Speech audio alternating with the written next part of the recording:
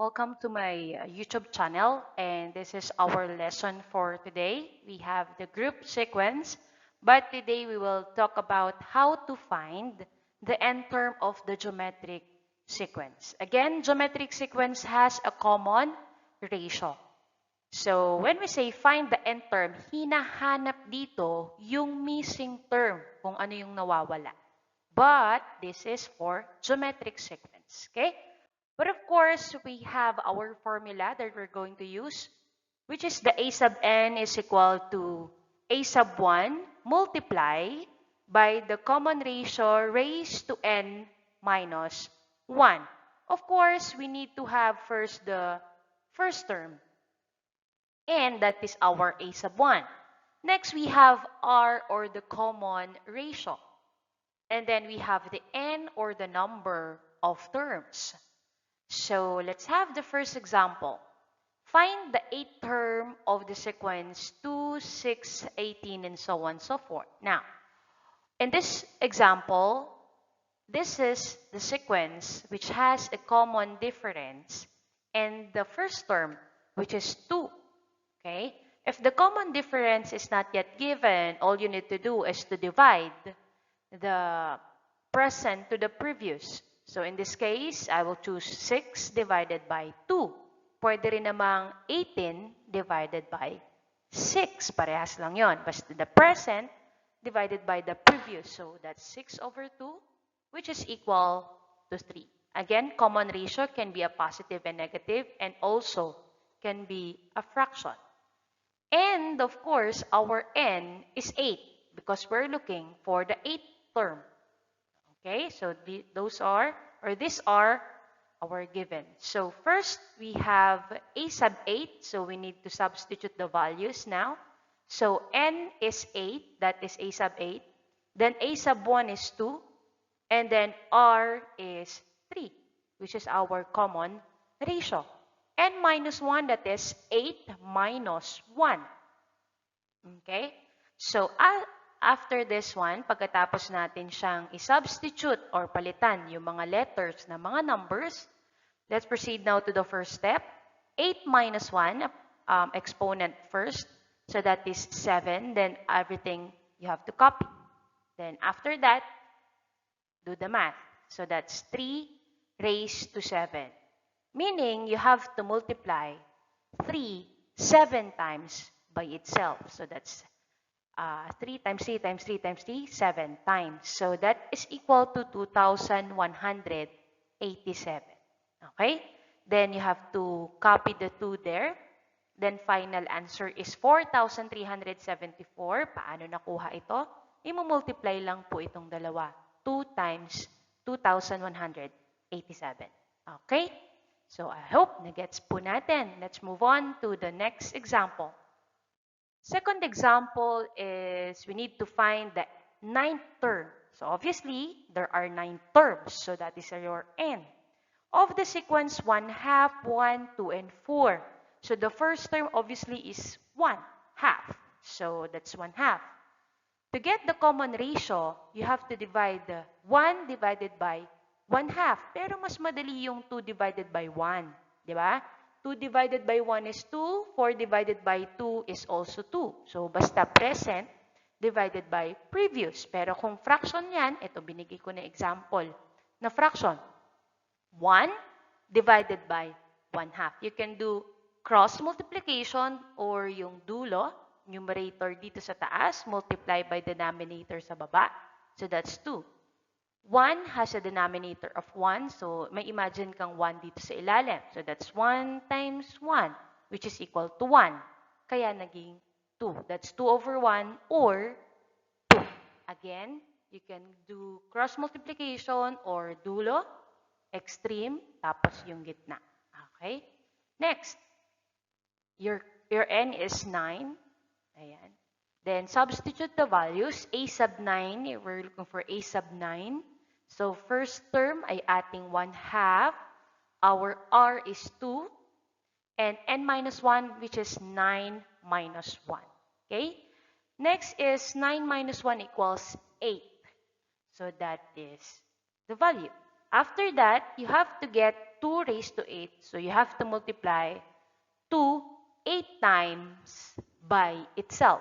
So 2 times 2 times 2 times 2 hanggang 8. Okay? So that is equal to 256. Okay? Now, 1/2 is a fraction. 256 para magkaroon siya ng denominator. Lagyan mo ng 1. No? Meron siya imaginary na 1. So, numerator multiply by the numerator. So, pares numerator dito, 1 times 256. That is 256. And then 2 times 1, may imaginary 1. That is equal to 1. It means you have to divide. We can divide 256 by 2, right? So, the answer is 128. Okay? So, the ninth term of this sequence is 128. Okay? So, I hope nagigets po. Let's proceed. Number 3. Find the seventh term of the given sequence, 81, 27, and 9. So, the first term, of course, it's 81. And the common ratio, you can divide 9 by 27 or 27 divided by 81. So, you choose. Ito yung pinili natin. 27 divided by 81. So, this time, it's a fraction. Kasi po, mas mataas yung denominator. So, in this case, all you need to do is the lowest term. You can divide both sides by 27. And that is equal to 1/3. So, that's why our common ratio is 1/3. Okay. Then, the nth term that we're looking is 7. So, the number of terms is 7. Then, substitute the values. 7, a sub 7. That is the first term, 81. The common ratio is 1/3. And the 7 minus 1 is n minus 1. Okay. Next, 7 minus 1 is 6. Ayan. 6 po yung ating answer. Now, to get the 6 raised to 6, 1/3 raised to 6, to get this value, first, you get the a raised to 6 or 1 raised to 6.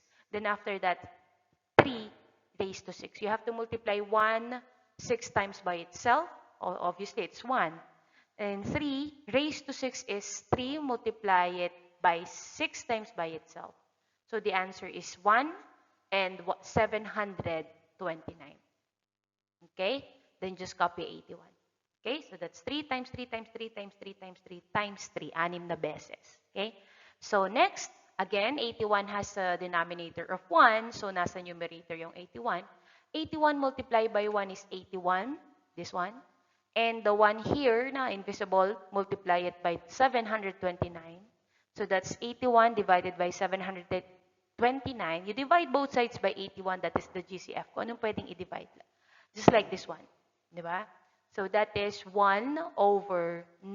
So the final answer is 1/9. Okay? Okay. So let's do now the last example. Example number 4. This time, as you can see, there is a negative number here. Okay, so siyempre meron tayong konting challenge ng konti sa negative. Okay, so we have to find the seventh term of the sequence. So our first term, which is the first term, which is 4. And to get the common ratio, that's negative 8 divided by 4. Again, one is negative, one is positive. Unlike sign, the answer is negative. If you want to divide 16 by 8, it's the same. Negative 2 pa rin kasi 1 is also negative pa rin. Okay? So, our common ratio now is negative. And next is the number of terms, which is 7. So, n is 7. Then substitute the values. A sub 7 equals 4, the first term. Multiplied by the common ratio, which is negative 2, raised to 7 minus 1. So that's 7 minus 1 or n minus 1. Okay, so do the math. 7 minus 1 is 6. Now, that is negative 2 multiply it by itself 6 times. So negative 2 times negative 2 times negative 2 times negative 2 times negative 2 and times negative 2. Now, take note that the base is negative 2. So if you have to multiply negative 2 times negative 2, that is positive 4.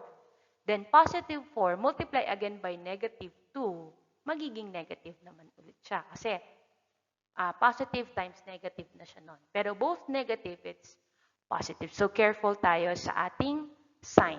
So that is positive 64. Okay? Pero alam nyo, meron technique dito para hindi kayo nahihirapan sa sign.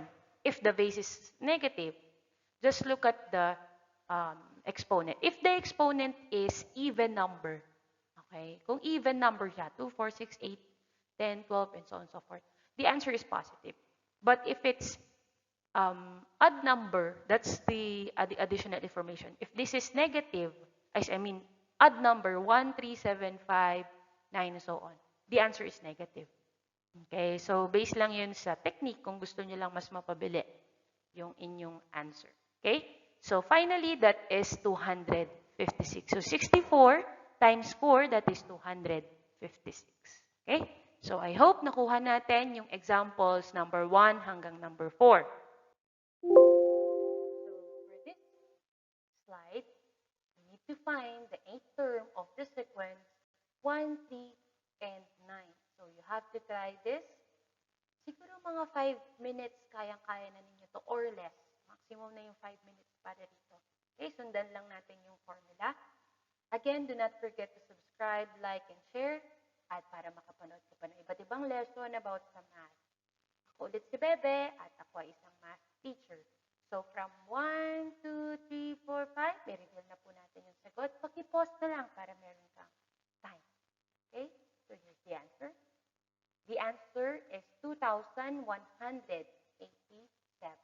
So tingin ko nakuha mo naman dahil nakinig ka sa lesson ito. And maraming salamat. Thank you so much in advance. Subscribe my channel. Hanggang sa muli. Bye-bye!